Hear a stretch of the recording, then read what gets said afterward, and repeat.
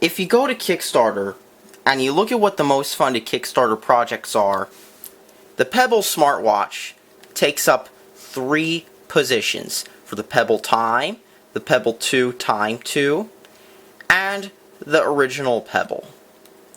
Now, the Pebble was a success for some time.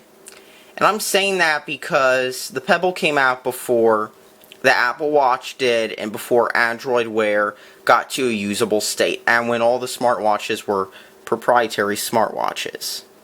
But it was a success, getting $10 million. $10 million. 10 million. See, 10 million. So, this was a pretty big Kickstarter success. And they even had a Pebble 2 that got 12 million. It got 12 million. So, you'd be thinking, oh, they're pretty well off if they're getting $12 million in support. There's one small problem with the Pebble, though, even though it was able to beat lots of other notable Kickstarter projects, like Shenmue 3 and the Ouya. You know what that is? Just Google Pebble right now and look at top stories. Pebble just got bought out by Fitbit, and they're killing off their older product lines too. Now, here's the thing with Pebble. It was a Kickstarter success. It sold a bunch. They got millions of dollars from Kickstarter. And there's a problem with it, though. You know what that is? It's that even though the Pebble came out, I mean, you can see here, this is a Pebble. It came out, and there's a problem with it. That is, one, the Pebble line is now officially dead, and 2, you're no longer getting support for other Pebble products. And let me tell you what they're doing with it, because this is pretty big, and this is why Kickstarter things are a bad idea. So let's read what this article says. It says that 1-to-1 Pebble support is no longer available, and any Pebble currently out in the wild is no longer covered by or eligible for warranty exchange. You bought the device 5 days ago, boom, your warranty is over. And here's why this is a big deal, okay? So, this is a Pebble watch right here. One notable problem with the Pebble is that the Pebble watch has a problem called screen tearing, where the screen will fail.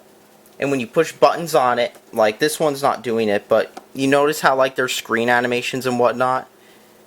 And there's screen animations, and when you push the buttons, what'll happen is they will basically draw stuff on the screen. And screen tearing is when it would glitch out and you just see glitchy lines on your smartwatch.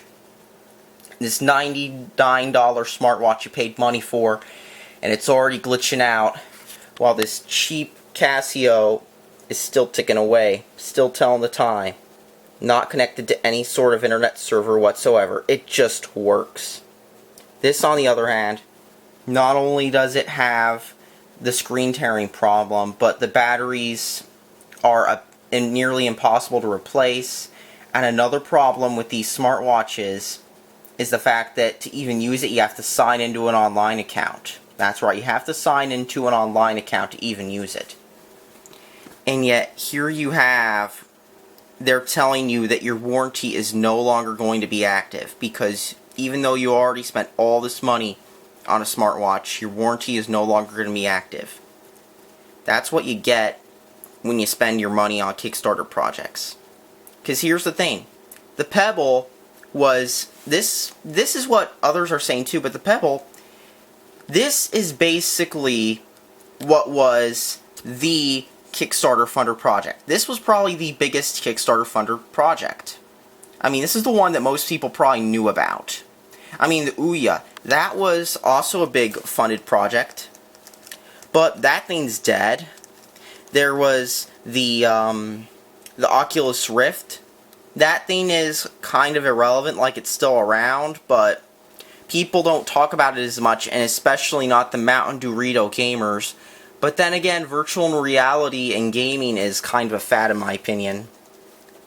But this was the biggest project on sites like Kickstarter, and now it is dead. And that's the thing. You shouldn't trust Kickstarter projects at all, because that's what happens to, it seems, every big one.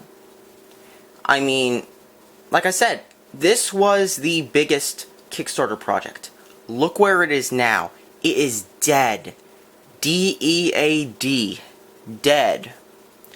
I mean, people spent all this money on this stuff. They bought these Pebble smartwatches so they could know when their Tumblr social justice reblogs were reblogged, or when they got the newest news and all that stuff. And you know what happened? They're dead now. They are dead. Totally dead.